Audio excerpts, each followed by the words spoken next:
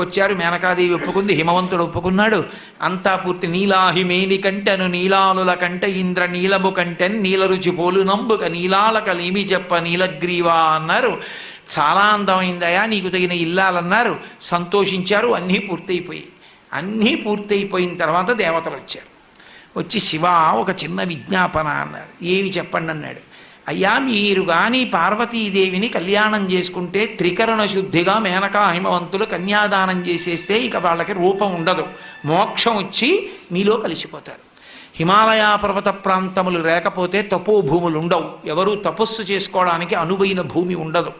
అందుకని వాళ్ళకి త్రికరణ శుద్ధి లేకుండా కన్యాదానం చేసేటట్టు మీ పెళ్ళి మీరు పాడు చేసుకోండి అన్నారు.